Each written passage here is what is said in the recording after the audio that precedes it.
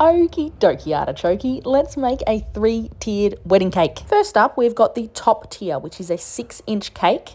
I have covered my cake in a white chocolate ganache before adding my fondant. I just like the way that ganache works with the fondant. It's not too sugary sweet like buttercream, and you get a much cleaner finish in my opinion. If my ganached cake is dry to touch, I will spritz it with a little bit of water before adding my fondant.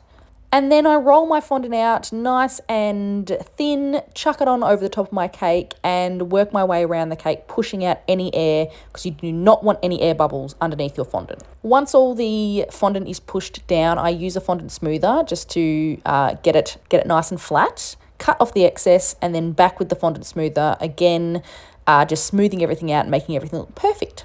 And I finish off the cake using 2 fondant smoothers, and I sort of work them together to get that nice sharp edge. And now that the top tier is done, it is time to move on to the second tier. This one is an 8-inch. You can see that I've covered this one in chocolate. It's a chocolate ganache, and I'm going to be doing a marble finish on this one. So my main colour is going to be white, and you can see that I popped some little blobs of black fondant into the white, and I just sort of twisted it and kneaded it until the black was sort of threaded through the white, and it creates this really cool marble effect. I really, really love this technique. You don't get 2 marble cakes the same, and it just looks really, really effective. Then, using the same method as the top tier, I placed my fondant onto my cake, pushed all the fondant down, smoothed it all out, and created that nice sharp edge. Now that my second tier was complete, it's time to move on to the bottom tier, which is a 10-inch. I covered this bottom tier in a blue fondant. I'm actually really upset that I didn't film my colour matching because I had to match this to a little colour swatch, and I did a really good job at it. I also noticed that there was a gap at the bottom of my fondant cake, so I added some royal icing down the bottom there just to fill all of that in and make it look really neat. Next up, I added some supportive dowels into this bottom tier, and that is just to make sure that my top 2 tiers don't squash my bottom tier. Moving on, I added a royal icing drip to this bottom tier, and I kept the drip to just this one section because that is where a floral arrangement was going to go. You can see I've coloured my royal icing a sort of goldy yellow colour because I'm going to be painting it gold, as you can see in the video.